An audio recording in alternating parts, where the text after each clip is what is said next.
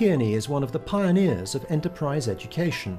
He designed and managed Australia's first student enterprise program that directly linked developing enterprising attributes with all parts of the curriculum. He spoke to a group of teachers about how enterprising education can transform teaching and learning. This is sort of my definition. Well, enterprising education really is about being enterprising in everything you do, trying to create enterprising students through enterprising classrooms, enterprising teachers and enterprising authorities. And by enterprising we mean using your initiative, being resourceful, solving problems, being opportunistic in all areas of your life, not just commercial areas. My view of it is that most of what we're doing, including setting up business, is enterprising. When that happens in a commercial context, it's called entrepreneurship. There's lots of argument about which is which. What we use there, being enterprising, in that I call broad definition, and being entrepreneurial, business orientated, is a narrow definition. Now that doesn't mean that one's better than the other. An enterprising approach to learning as opposed to a less enterprising approach to learning is really to a degree how much students are encouraged or even required to use initiative, resourcefulness, etc., enterprising skills and behaviours in the way they learn, actually as opposed to having less opportunities to use initiative, to be resourceful, etc., and solve problems in the way they learn.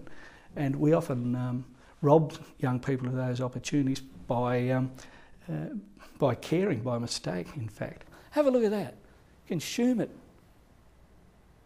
There's some interesting research that suggests, anyway, that by the beginning of year 5, entry level, that 5-year-olds display moderate to high degrees of enterprise and behaviour, whereas 10 years later, when they're 15 years old and they're in high school or secondary school, only 3% display those sort of behaviours to a moderate and high degree. So in many ways you could say that there is a de-enterprising effect going on in schools. And there's something incredible about that, isn't there? This de-enterprising thing. So there is an argument that you could put forward that encouraging enterprising activity in our young people and attributes and so probably could be more about what we don't do than what we do do. And we don't have to blame schools about that. We can blame parents as well. We can blame Nintendo games, TV, anyway, whatever it is. It's not schools alone, but schools must take some responsibility in that, because if they don't, we're saying we have no effect. We might as well pack up and go home. It's a great example of where we jump in, and by doing so, we rob young people of the opportunity.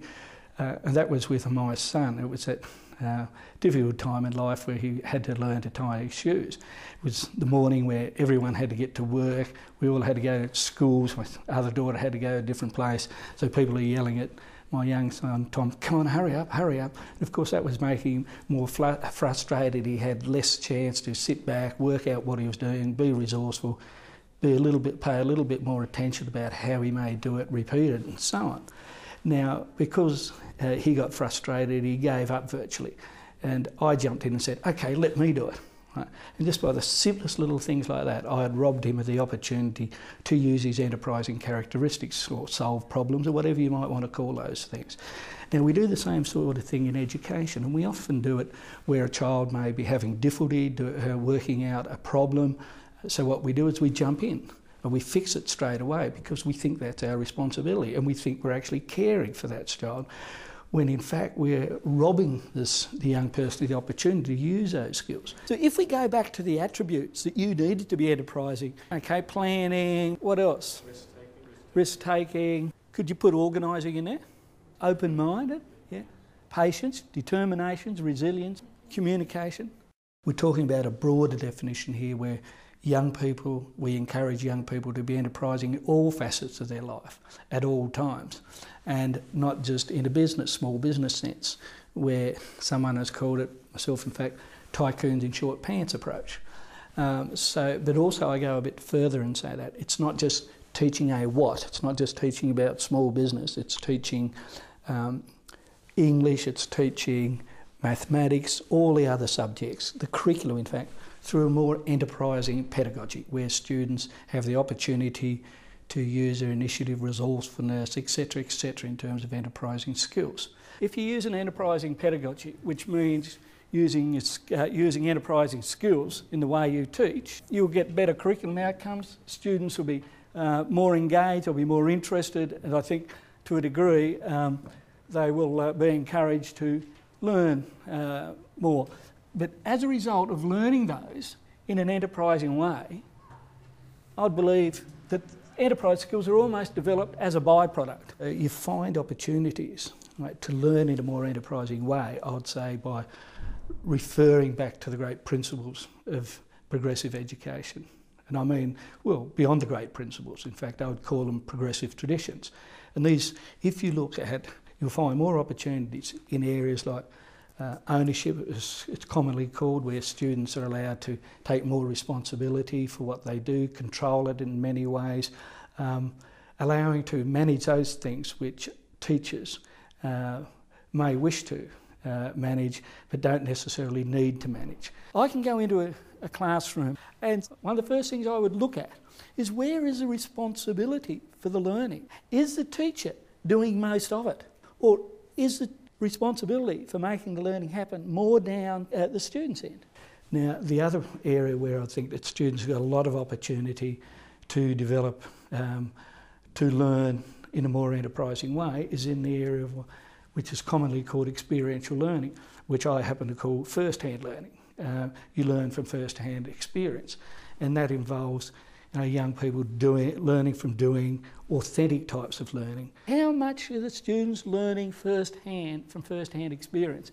Is it right up here in the experience, deep in experiential learning from first-hand experience, a thing you're doing right now or will be doing soon or you're planning for? Or is it more up in that concrete area? Right? Or is it more up towards the abstract? Right? Learning second-hand, which is great. Right? And that, to me, abstract conceptual learning is nothing more than experiential learning, which has been undertaken throughout the period of a long time, tested, refined, put into books, put into teachers' hands, who then put it into kids. It's not just letting the students go off, on their own. Someone has said the real job of education is to inspire young people and then get out of the way. Right? Well, I believe in the inspiring bit, but I don't necessarily accept getting out of the way. I think we do have some responsibility and, in fact, some skill at guiding young people to make that experience far more productive. It doesn't just happen as a result of experience. Okay, the other thing I'm looking for is reflective learning. Where is the reflection? Is it planned? Is it deliberate? Is it structured? Or is it up here and it's haphazard, unplanned, accidental? Now, to put it frankly, as I tend not to do, from an experience, students will not learn through osmosis, from an experiential learning happening, whatever you want to call it. They will not learn by osmosis. The learning will not soak up through their feet, right, into their brains, and somehow turn into usable information that they can use later on, which will help them to learn, help them to live later on. We need to do things like we need a structured approach. What happened? What does it mean? So what is a big thing. You need things like assessment. Right? You've got a big thing here, assessment for learning. Right? That's a form of reflection to me. The other great area, the progressive tradition of education where we can have plenty of opportunities to learn in an enterprising way, is learning in a cooperative way. We know that people naturally learn with and from each other, and they enjoy it. It isn't a great old tradition. Since we were in communes, in villages, we have learnt with and from each other. And you notice with and from, everyone's a teacher. Right? You learn by teaching, students learn by teaching, other students, peer teaching, all that sort of thing. You also learn by working together, as long as it's not just pooling ignorance. These things are not rocket science. It's about having some principles, which commonly, every day you can ask yourself the big questions. How can I get the students to take more responsibility for how they're going to learn today. How can I get them to learn more from first-hand experience, right, today? How can I make them learn in a more cooperative way today? How can I help students to think about what they have learned, right, and to turn that into meaning and answer that big question, so what? How can I use that in the future?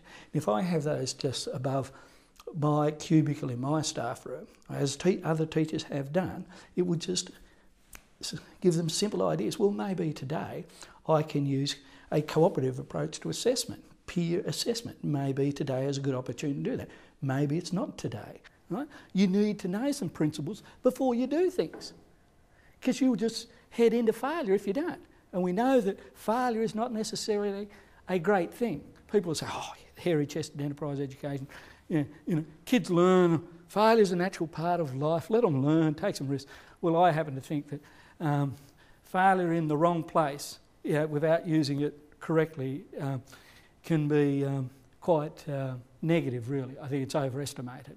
I think what is underestimated is learning from success. My argument would be that, yes, enterprising education the teacher needs to step back. Right? There needs to be a more authentic approach to learning. There needs to be more emphasis placed on what does it mean and so what. And there needs to be more opportunities to learn with and from each other. But that doesn't involve just the teacher letting go and stepping back. We have a responsibility, I think, to help students succeed. Our children, our young people these days, operate in what I would call the realm of choice. They can choose whether or not to be enterprising, choose whether or not to do all sorts of things. But we know now, without agonising over all this, we know now that our students, our young people, are rapidly moving in, because of changes in the world, rapidly moving into a realm of necessity. And that's one of the difficulties. In the past, when they were in a realm of choice, and some of them still are, it's very difficult to persuade them, to encourage them to be enterprising. Will you agree? And what we tend to do is scare the hell out of them. You won't get a decent job, all this, all that sort of thing. Another outcome of learning in an enterprising way, which I think is really important, is the ability to learn in a lifelong manner. Now, being able to manage your own learning, to be able to understand the resources you need, to be able to work out where the opportunities are, is what you might call self-managed learning. Now, without self-managed learning these days, you're in deep trouble in the workforce, because it's determining to a great degree the have-mores and the have-lesses of society. And of course, in a larger sense, it's a matter of dealing with change. Things are changing so quickly, right, at the workplace in particular. And I think that just by allowing students to use their initiative, to be resourceful, to be determined, to be opportunistic in the way they learn, all those enterprising attributes throughout the subject area, as often as possible, in that wide range of contexts, we have the best opportunity of teaching them to be enterprising, the best opportunity we have to help them to face all these demands and opportunities, right, of the future.